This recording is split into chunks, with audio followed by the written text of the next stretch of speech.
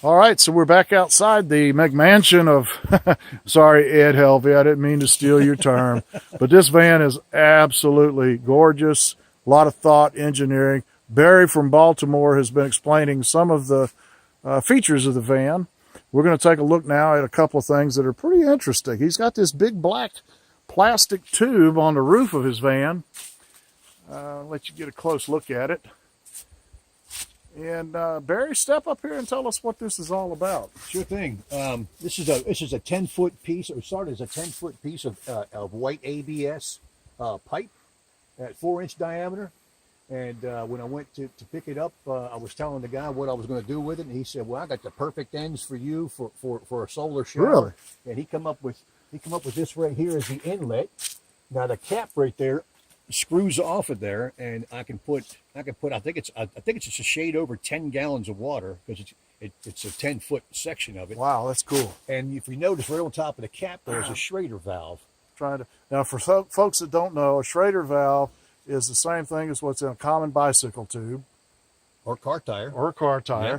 So that you use an inflator hose like at a gas station or a compressor. Yep, I got a little compressor. What do you do with that? I got a little compressor put on there, run it up to about 30 psi, and it's like just about the same pressure coming out of your side of your house. Oh wow, It's pretty that amazing. is neat. Yep.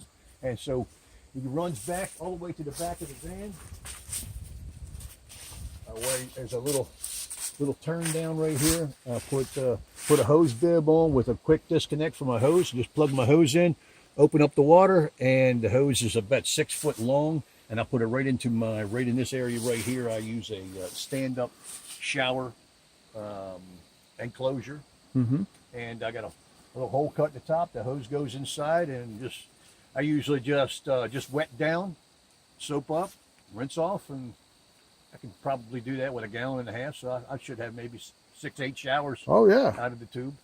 And because you painted it black, it's probably nice and warm if it's been in the sun. Yes, if it sits in the sun it doesn't take a long time either, because there's so much area right there. It gets pretty daggone warm right quick, a couple hours. Wow.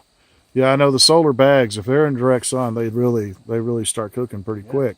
So that's an interesting way of doing showers for you folks that looking to figure out a system for showering. I know that's probably one of the top 3 questions of van dwellers are, how do you take showers? Right. So, well, tell us about your solar system. Do you want to start out here and talk about the panels, or do you want to go? Okay, so what I did was I wanted to make sure that I got plenty of solar power.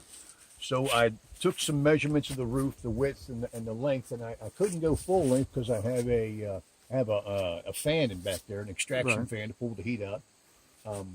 I call it a fantastic vent fan. Yep, van dwellers are very familiar with those. And I put the cover on it so I can run it even when it's raining like heck. But and so given those dimensions I had to work with and how my rack was set up, I decided on 2 160 watt panels. So I got 320 watts of solar. They're very high efficiency panels, thankfully, and I got a great deal on them, $125 a panel. So what I did was I bolted. They run forward to aft. So what I did was with the aluminum channel that is the frame for them, I bolted them right down through the middle together to make it kind of one panel. And then I had 2 pieces of aluminum, 1/4 inch thick by 2.5 inch wide aluminum, sheared, and I bolted the aluminum to the front section all the way across both panels, and did the same thing at the aft. And I dropped it down between the rails for the ladder rack, and just have quick pins that could go in and attach. Okay. And what's nice about that is I can pull the 2 pins on this side and angle my panels all the way up 90 degrees if need be, or I can put those pins back in, pull the ones on the other side, and angle the entire array over to the passenger side. All right, I'm going to walk to the other side just real quick. And let's see here. Get a better view, and everybody can see the bottom of the panel, and also. And you can see where the strap is bolted through the actual solar panel itself. I've got a bunch of them in the flash there. And then the pin that you're able to pull, and you can tilt them either way to find find a good position to get to the sun. So that's pretty good. Okay, great. So what kind of controller are you using? It is, I think it's called Epic Solar. I think. Let me see. Ep Ever. Okay. EPE Ever. EP Ever. Yep, Ep Ever. It's a 40 amp charge controller. All right. So I can add additional batteries if I want. I'm only rocking with about 20 amps of power up, not quite 20 amps of service up there. So I can double that if I want to down the road, but I don't think I'll need to. My solar requirements are not that high right now, but I'll probably be adding powers as I go along. And that goes to a meter on the inside that gives you all of the specs of what the solar panel is putting out. Oh, okay. There you go. So you can monitor your system and figure out exactly where you're at so far as consumption. Mm-hmm. Excellent. Now, I noticed sitting on top of the cabinet that you have here, I'm going to slide your desk chair out just a minute. Yep.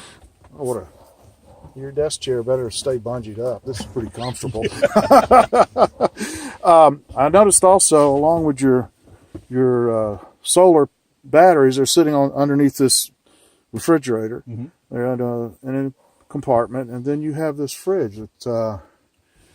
That's always a big thing with van dwellers, is fighting with ice and refrigeration and those sort of things. Tell us a little bit about what you got going on here, how it's worked out for you. Oh, it's amazing. Once I got it running off of solar, it's been running 24 hours a day for about 3 months now. It uses it's extremely efficient. It comes as this one's badged as a Waco, but it's the same exact model as the Dometic. Okay. And this is they even use the same serial numbers. This is a CF50. Wow. And so the Dometic is also a CF50, so it's 50 quarts. And you can see it's got a fair amount of space in it. I run a little temperature probe right here. It's 44 up here, but it's considerably colder down in the bottom, of course. Well, and this can work as a freezer section right here, this as a refrigerator. If I run this down to below freezing, I can put things over in this area right here and it won't freeze. All right, well, let's talk about that for just a minute, because people looking at these units, there's always a little bit of confusion about how does this thing make freezer, refrigerator, how do you make the choice? Some of them have actually 2 compartments that have 2 different temperature control systems, but you're saying in this one, I believe you told me yesterday, this is the cold wall? That's the cold wall, yes. Okay. So whatever temperature you want over here, you have to kind of regulate your freezer section here. Correct. Okay. Yep. But you're saying you run yours, what, 30 something you said? 32, 34 degrees in because I'm not trying to freeze anything, although I could, but I'd have to give up a lot of refrigerator space, because this would become a refrigerator on this side right here. It's much smaller. Okay. But you can run it as a refrigerator and freezer. Huh.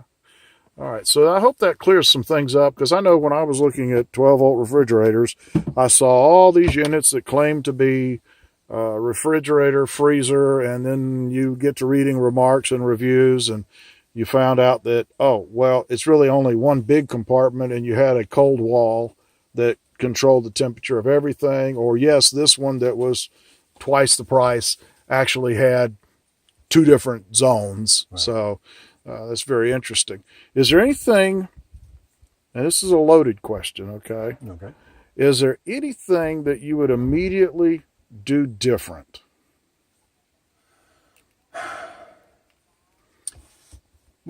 No, I think this is the most logical setup for me. This had to go somewhere. I didn't want it on my side of the van because of my weight. Right. So I wanted to try to put some of the weight on this side. So good idea of weight balancing. That's something a lot of people miss. And I wanted to try to get as much weight between the wheels, between the front and rear wheels as possible. I mean, I know people that set this all the way to the back, but all the way to the back is actually aft of the rear wheels. So I wanted to get the majority of weight inside the wheelbase. I rarely use this one barn door right here, so I figured I got plenty of room with the other door to climb in and out. So this is going to be the hot setup. I put the batteries there and refrigerator, and comes my solar wires come right straight down through the ceiling here, and I got them routed over this way, so all the electrical stuff pretty much stays in this area, and it makes it easier to get at and to repair or add to. Now, folks, I got to tell you, Barry told me right up front when we started talking about doing a video, he said, look, I'm not an electrician. I'm not an expert. And I told him, that's okay, Barry, because a lot of the videos I do, I claim they're not how-to videos or how did. This is how I did. And I want people to understand a concept here. Barry put in a lot of research up front on the systems within the van, the proper refrigerator, the everything from solar to even that awesome awning in the previous video. There's a lot of research and studying done before you started building. Indeed. And then, this is your maiden voyage. Mm-hmm. So you really have just now started to figure out what is comfortable, what isn't. But now you say you slept in it a lot thinking about bed placement and all that before you started building. Is that correct? I slept in it every night for probably 3 months. And just the act of sleeping in here and spending time in here, I automatically said, well, no, this doesn't work here. This has to go here. And I've changed a lot around. Like I've got a fan back here that blows in this direction. I didn't notice that. I've got a fan back here that blows in this direction. I got this fan right here, which I can pop up here on the bed or the desk. It blows in any direction. Right. I've got these two right here, which are absolutely amazing. And all this stuff from Amazon. I mean, these things really, really move the air around. Oh, they do. Wow. 360 degrees. You can turn them any way you want.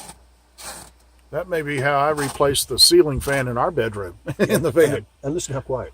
Oh, that is. Absolutely. That is wonderful. Powerful little rascals. Yeah, they are. I like that. That may be what I use to replace our fan whenever it acts up. And I noticed also you have hanging storage for clothes back here. Mm-hmm. Do you have most of your clothes hung up or just like shirts and pants, and then you probably got stash for all the other essentials? Yeah, I got a couple pair of dress pants in here that I don't want to fold up and stick up in the overhead, so I keep them hanging. But mostly this is shirts, and I got a couple of jackets over here that I haven't figured out exactly where I'm going to put them. Although I think I've pretty much figured out where I can put them. I don't have a whole lot of space. Right. But my towel, dry it right there, and got some overhead storage here. That pops open. Got a little bit of stuff up in there, and of course my vent fan, which is a godsend. Oh, and yeah. I come up with these. This is Harbor Freight lights. Right. Oh, those are sweet. And you can kind of angle them around any way you want. Yeah, those are sweet. I like that. And cheap stuff, and gotta have a place to hang. Gotta have somewhere to hang your hat. Yeah. Call it home, right? That's it. All right. So I'm going to try to just start in the side over here and take one more last look around. Again, you've got some more cooling, some fans, and of course a little cabinet. I'm assuming this is probably toiletry type stuff since it has the mirror right on the front. You utilize some of the existing storage from the conversion days. I'm kind of curious about that. That's an interesting. There's some lighting back in there. Ah, okay. It can be run from the overhead console. I got you. And there's lighting here. There's lighting in here. Any place you're seeing this plastic, there's lighting behind. There's lighting. Ceiling lighting, and it's really going to be nice when I get the LEDs in there. It's going to really transform the interior. Right now, I'm basically running off of battery-powered LED lights, but it's okay. It's maiden voyage. I'll figure a lot of this stuff out further going down the road. But I made sure I put a smoke detector in. I made sure I put a carbon monoxide detector in because I do run a Mr. Buddy here. Right. I got a 10-pound tank that sits forward of the passenger seat. And I made sure I could have myself a fire extinguisher back here. You can't see it. There we go. And that's awesome. Got to have that. Have you got another one up near the front somewhere that's a little easier to get to? I don't. Yeah. I don't, but I figure if anything happens, I'm going to be here and basically in the bed. Right. I think that's the one thing I need to do with my van is I have a fire extinguisher that I can get to. It's under the driver's seat. Because I'm thinking if something happens when I'm driving, by golly, I can get to it in a hurry. Right. But I'm looking at, okay, I need to get a second extinguisher and put it somewhere in the, midship, Yeah. in case while we're cooking or something. Right. you can get to it. So, but I got my little 1-burner stove I store here. It's outside on the table. I got my little table I can set up, all that comes out of the trunk that I have on the back, that stowaway trunk. oh, okay. And yeah, so far so good. This is a little IKEA hack, a little piece of IKEA furniture that had it came up like blocks. It was 1 foot block, then there's a 2 foot block, and then there's this 3 foot block. Oh, and I just okay. cut the 2 other blocks off and just use this, and I come up with a way of using these little tight, well, I guess what we call bungee cords to keep the drawers from coming out. If you want to get in, just get under the bungee cord. Yeah, oh, that's awesome. Life for van dwellers would be terrible without Velcro, bungee cords, and LEDs, wouldn't it? Yes, indeed. All right, so thanks for showing us around. It's you got a beautiful setup. Thank you. I am envious. You've got a really nice setup. It's well thought out. The amount of research you did is apparent. It is apparent the way everything fitted together, and just it's beautiful. Good workmanship, and hope to see you out here again somewhere. We're gonna cut away now and maybe go look at some other things with the GTG. Sorry, I'm stuttering here, with the get together at Tumbling Creek, and hopefully you guys will be able to get out, be safe, and go adventure. Indeed.